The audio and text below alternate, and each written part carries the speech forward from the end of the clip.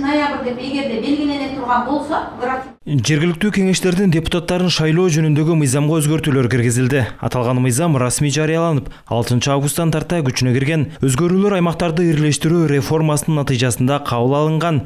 Анда негизинен жергиликтүү кеңештердин депутаттыгына көрсөтүлгөн талапкерлерге карата талаптар күчөтүлгөн. Алардагы үндөрү бардык жерге жетет. Мындан улам БШКнын өкүлдөрү өлкөнүн бардык аймактарын кыдырып, түшүндүрүү иштерин жүргүзүүдө.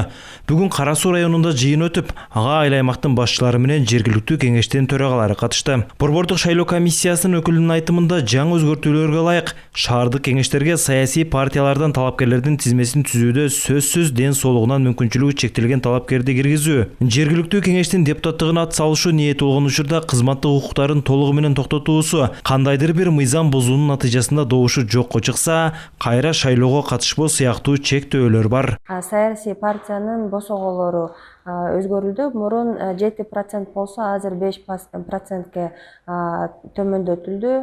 Ошондой эле мурун айылдык кеңештерге 1000 сомдук шайлоо күрөөсү бар болчу, ал дагы жокко чыгарылды.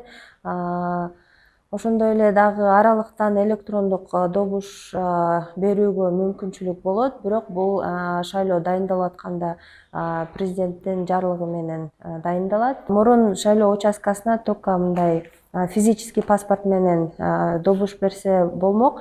Азыр эми бизде жанагы түндүк тиркемеси бар. Ошол тиркемен аркылуу электрондук паспортты көрсөтүп добуш берсе болот. Алдыдагы шайлоодо бири-бирине кошулган айыл аймактардагы депутаттардын саны өзгөрөт. Калкын санына жараша 1 же 2 депутатка кыскарат. Анткени көпчүлүк жергиликтүү кеңештерде калктын саны 20 миңден ашуун. Депутаттардын санын боюнча бир гана депутат кыскарып атат bizde. 2 айыл өкмөт бириккенде 32 болчубуз. Азыр эми жаңы шайланган шайлоодо биз 31 болуп келебиз. Ошол мисалы үчүн 6 миңден баштап же болсо 6 миңге чейинки айыл өкмөттөр мурда 11 депутаттан түзүлсө, 20 миңге чейин 21 депутаттан түзүлгөн.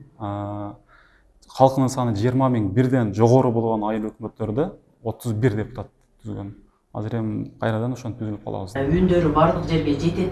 Шайлоо өткөрүүнүн негизги тартиби өзгөргөн эмес. Шаардык кеңештер мурдагыдай эле партиялар тарабынан талапкерлердин тизмесин көрсөтүү аркылуу, айылдык кеңештерде шайлоо көп мандаттуу округдарда мажоритардык система боюнча шайланат. 223 миң шайлоочусу бар Кара Суу районунда участкалык шайлоо округдары кайрадан түзүлөт. Округдарды түзөбүз, эми конечно азыр өзгөрүү да болот. Шайлоо участкаларынын өзгөрүү болот, себеби бизден 2 айыл өкмөт өтүп кетти шаарга. Биздин участкалык шайлоо комиссиясында өзгөрүүлөр болот. Бизде кошумча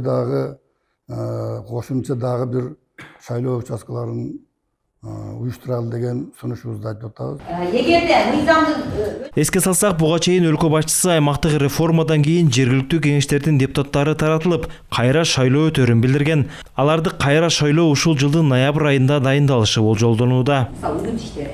Сыймык Марат уулу, Уран Адышев, ЛТР, Ош облусу.